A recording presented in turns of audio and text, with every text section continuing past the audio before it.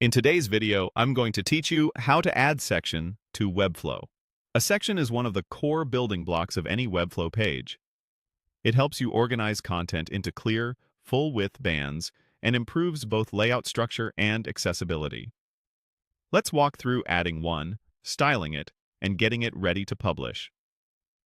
Start by opening your project in the Webflow Designer and navigating to the page where you want the new content to live. Make sure you're viewing the correct canvas so you can see exactly where the addition will appear. Next, open the Add panel. This is where all your elements live.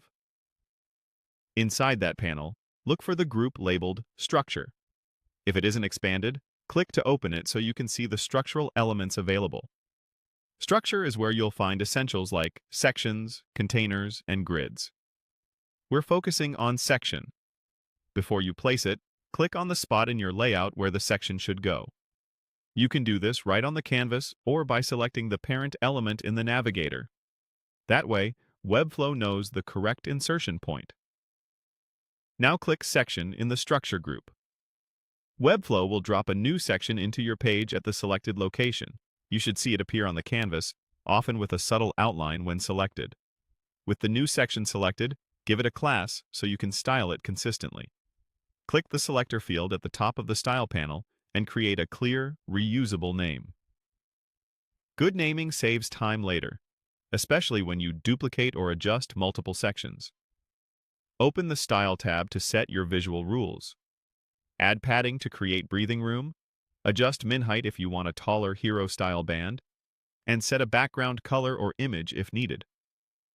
Consider using relative units like rem for spacing to keep things consistent across breakpoints. Keep typography inside the section controlled by classes, so changes cascade predictably. Switch over to the Settings tab to confirm the semantic tag. Sections usually default to the section tag, which is great for accessibility and document outline.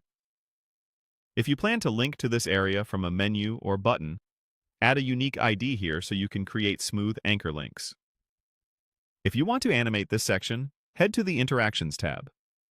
This is where you can attach effects like on-scroll reveals. Even a subtle fade-in can add polish without hurting performance. When you're satisfied, click Publish.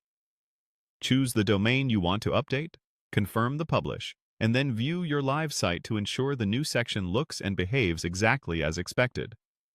That's it. Your section is added, styled, and live.